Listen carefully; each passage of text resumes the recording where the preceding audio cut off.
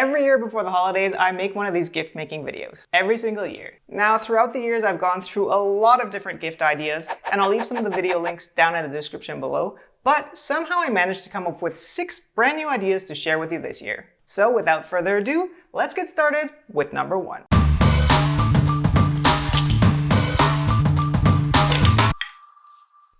Kitchen items are always a big hit for handmade gifts, so here's an original bread slicer to start things off.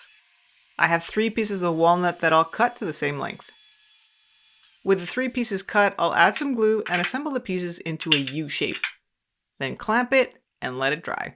And by the way, you can find all the dimensions for all 6 projects in the written article over on my website. I'll leave a link to that down below. You'll notice the glue squeeze out, and that's exactly what you want to see. It means that you have enough glue on there. Cleaning it up can be annoying though, so here's a simple little trick. I use a plastic straw that I cut on an angle, and then kind of pinch the tip and run it along the inside crease. Once dry, I'm going to round over all the edges to make it more comfortable to handle, and it'll just look better too. I'm using my router table, but you can use a handheld router with a rounder bit just as well. Next, I want to cut a slot to guide the bread knife as it slices the bread. Instead of making it perpendicular, I want it at a slight angle, so I'll rotate my miter gauge to say 15 degrees. I'm kind of nervous at this point that I'm going to ruin my piece, so I took several passes, raising the blade progressively until it skimmed the bottom, just barely cutting into it. I can then nudge it over a tiny bit and make another cut to widen the slot. I'll save you the boredom of sanding, but just remember to sand, folks, okay? I want to add some feet to this slicer, so I designed and printed these simple templates. I'll have these templates available on my website if you want to print them out. I'll use some light spray adhesive to secure them to a piece of walnut, so I can then take them over to the bandsaw to cut them out.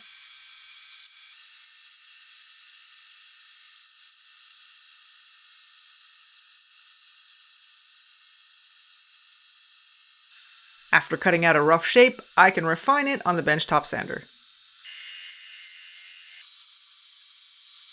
All that's left is to attach the feet with a couple dowels.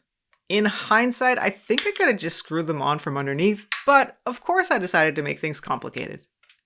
I laid out my dowel placement and used a center punch to create a reference for the drill bit. I'll then use this drill block that'll help keep my bit straight and make sure I don't drill too deep. Now I can simply add some glue and clamp until dry. Now all that's left is to apply a finish. I'll first wipe off all the dust using a tack cloth and apply 2 coats of Osmo Pollux oil. Now grab yourself a baguette and enjoy.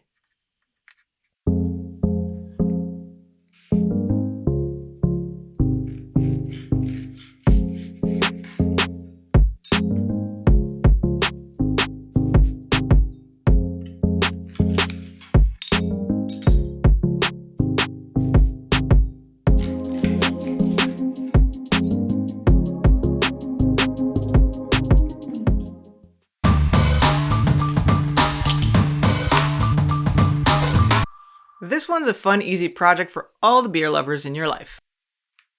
Now you can make this bottle opener any shape you want, but if you watched any of my previous videos, you know I have a thing for hexagons.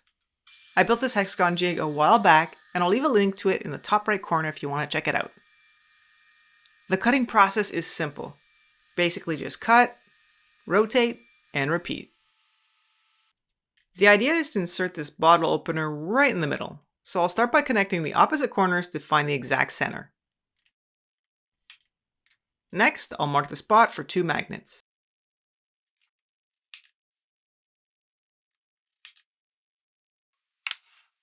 Alright, over at the drill press, I'll start with a larger Forstner bit and make a very shallow hole.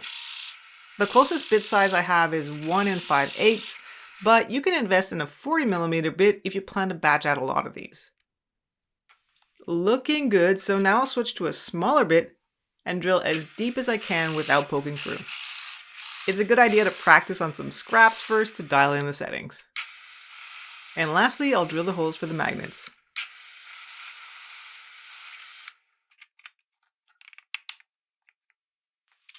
I'm using 8x3mm rare earth magnets that I got at Princess Auto. To secure them, I'll apply a dab of CA glue in the holes and use the accelerator to lock them in.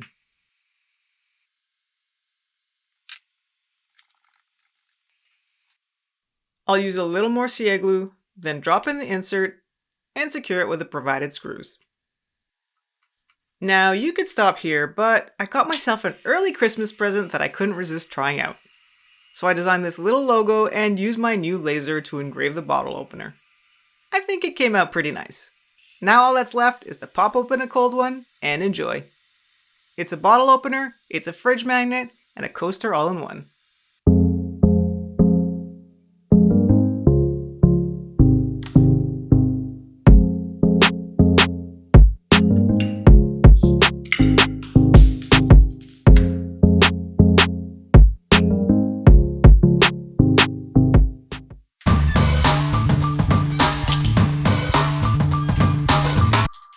The next gift idea was inspired by a design I saw online that looked like a tower of floating cubes with a light beaming up the tower from the base. The construction is pretty simple. Just make 4 open cubes and pile them up. I don't want it to be too chunky, so I'm resawing some cherry wood into thinner pieces, which I'll then clean up on the planer.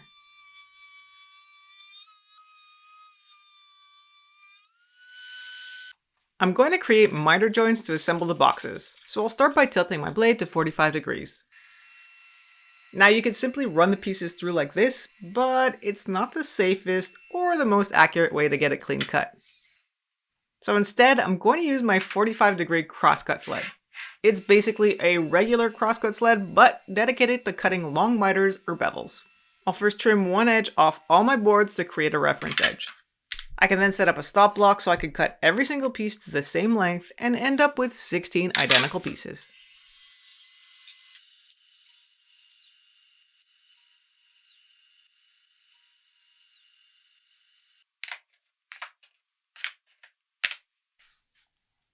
Okay, so with all my pieces cut, it's time to assemble the cubes.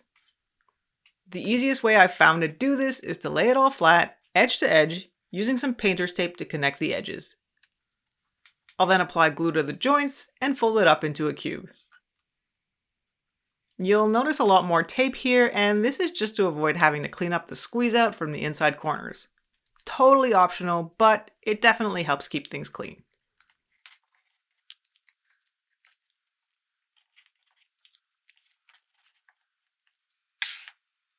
The bottom cube gets a small lip that'll support a floating bottom panel, and you'll see what that's all about in just a minute.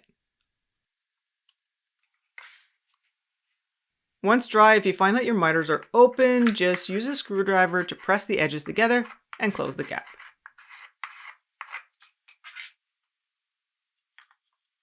Okay, now we're getting to the tower part. Here I'm marking where the cubes need to be cut. Now, this will all make sense in a minute, but for now I'm just using the edge of my combination square as an arbitrary measurement to make the mark. With my blade still set at 45, I'll gently run the cube through and make the cut. For some reason, this was super stressful, but it all turned out perfectly.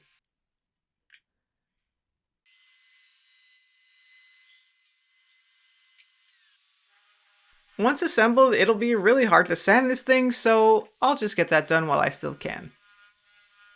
Okay, time to add the light source. I cut a panel to fit the bottom cube, and here I'm making a small hole for the wiring. I'll be using an LED puck light that's probably meant to be used as cabinet lighting, but it'll work. It has a toggle switch which will be perfect for a lamp. I'll just secure it on center with the provided screws and thread the wire through the hole. Then seal it back up. One last thing is to make a small notch for the wire in the bottom cube by just running it through the table saw. Now I can drop in the panel and assemble this lamp. Just a few dabs of glue and a careful balancing act to build up the tower. I'm leaving it raw, but you can easily remove the bottom panel and apply a spray finish if you want. Okay, let's ladder up.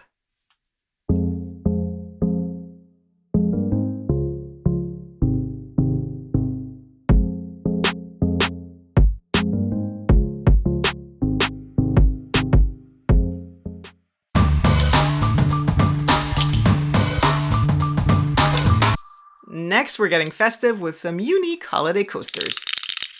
I created a few holiday-inspired shapes that I printed out. You can grab these for free on my website. I'll use some light spray adhesive to hold down the template, so I can then cut out the shapes on the bandsaw.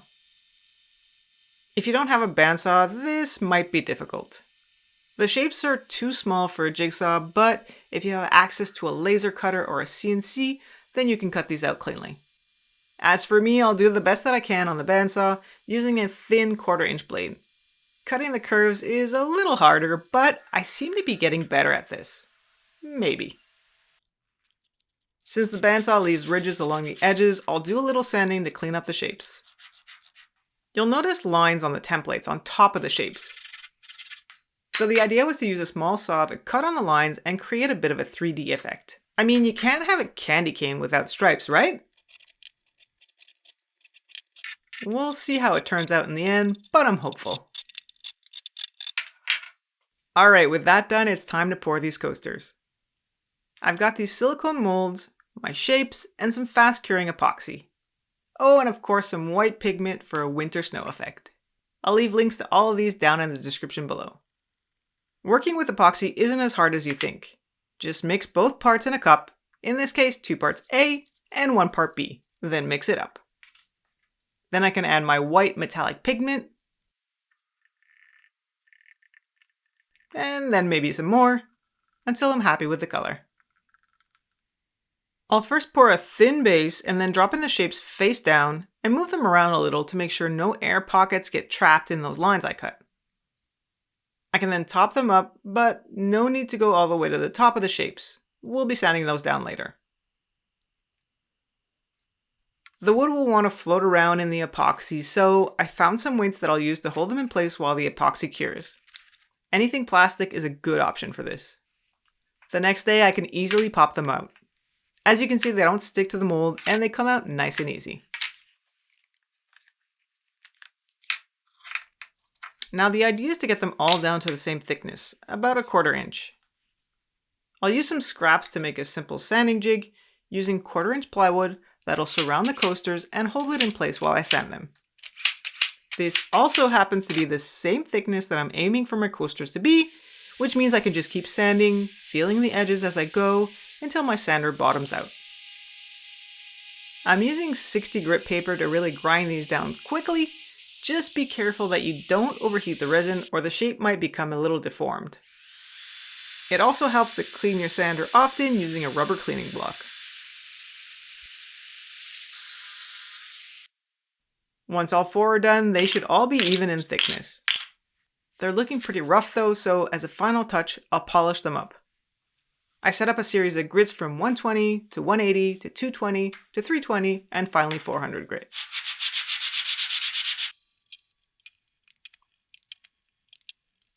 All that's left is to add some finish, let it dry, and enjoy.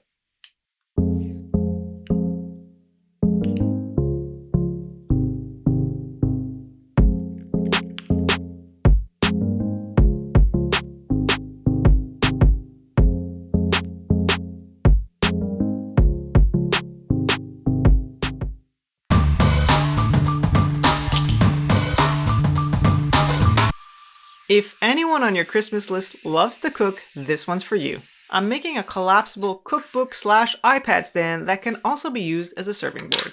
I cut up some walnut and some maple and found a layout that I liked. It should be roughly 16 inches long by 9 inches wide, give or take. Again, all the dimensions will be available on my website. Just like making a cutting board, I'll apply a generous amount of glue to the seams and clamp them all together. I won't be using the planer for this, so I made sure to wipe away all the glue with a damp rag.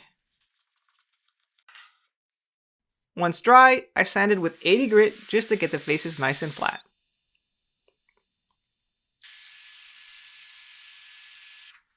I designed this cutting board handle on the computer to make a printable template, and you can download it for free on my website.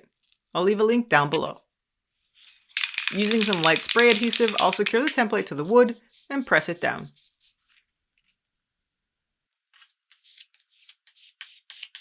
I'm using this radius jig to round the bottom corners, but you can use any circular object that you have on hand, like a bottle cap or whatever.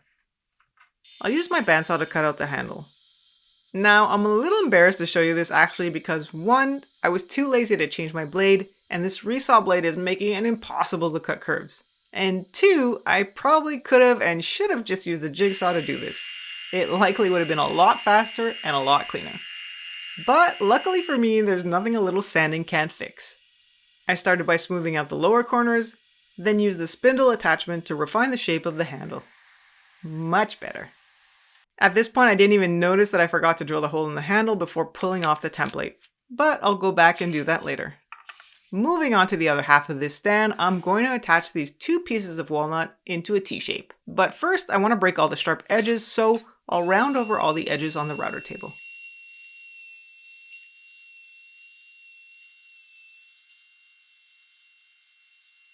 To assemble them, I'll use some dowels.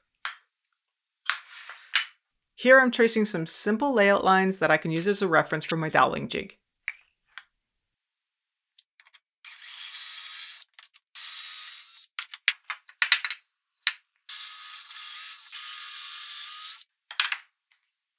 I'll add a little glue, and by the way, for kitchen items that might get washed, I always like to use a waterproof glue like Type Bond 3.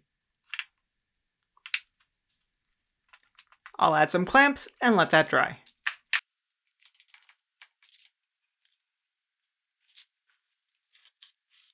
The last step is to cut a slot in the board to fit the stand.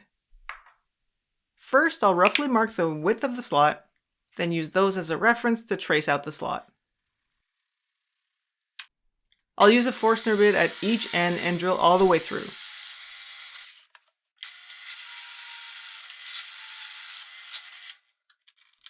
Next, I'll switch to a smaller bit and remove most of the waste while staying inside the line. I can now use a router with a guide and an up spiral bit to finish cutting the slot. I'll push the bit up against one side, then lock down the guide rail. Now I can fire up the router and run it along the first side,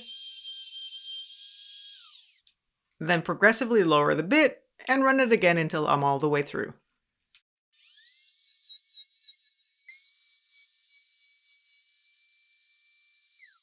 Then repeat the same process on the other side.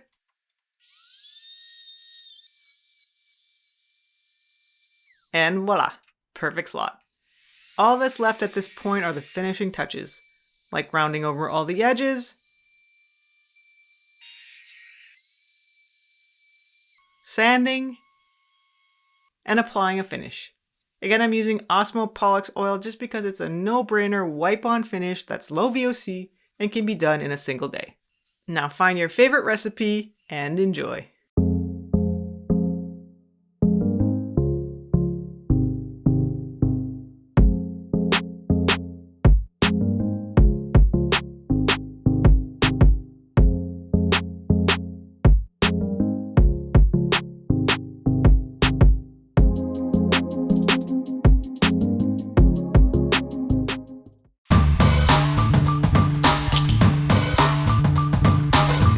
The next one is really simple, but if you want to give a little handmade something to a lot of people in your life, this one might be right up your alley. Bookmarks. Yes, bookmarks. For this you'll want really thin wood, like no more than 3 millimeters. You can use plywood, but I wanted to try using solid wood. The bandsaw leaves rough marks and my pieces aren't even in thickness. But I can't run these pieces through the planer, they're just too thin. A simple trick is to use a piece of particle board and stick down the pieces with some double-sided tape. Now I can run the board through until both pieces are even and smooth. Just be careful pulling them up because you can easily crack them. Alright, so now I've got some really thin pieces that are under 3 millimeters, which seems reasonable for a bookmark. Now this wood is so thin that I thought of cutting it with a utility knife, but that was taking forever. So I decided to use the table saw after all. I was careful to use a push block like this one to make these cuts safely. Next, I taped the pieces together to make the following steps much faster than shaping them all one by one. I use my small crosscut sled to cut them all to length, and then use the center to round over all the corners.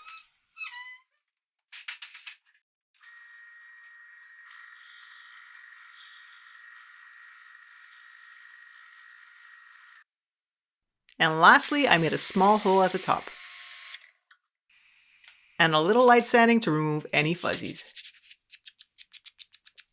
You can decorate these however you want. If you're going to paint them, I recommend first applying a coat of shellac to seal the wood. This should help prevent any bleeding if you're masking off sections with tape. So have fun with it! Here I'm painting a candy cane effect just using some tape and acrylics craft paint, but I'll definitely use my laser to make a few original designs for all the bookworms in my life. Now just add some tassels and voila!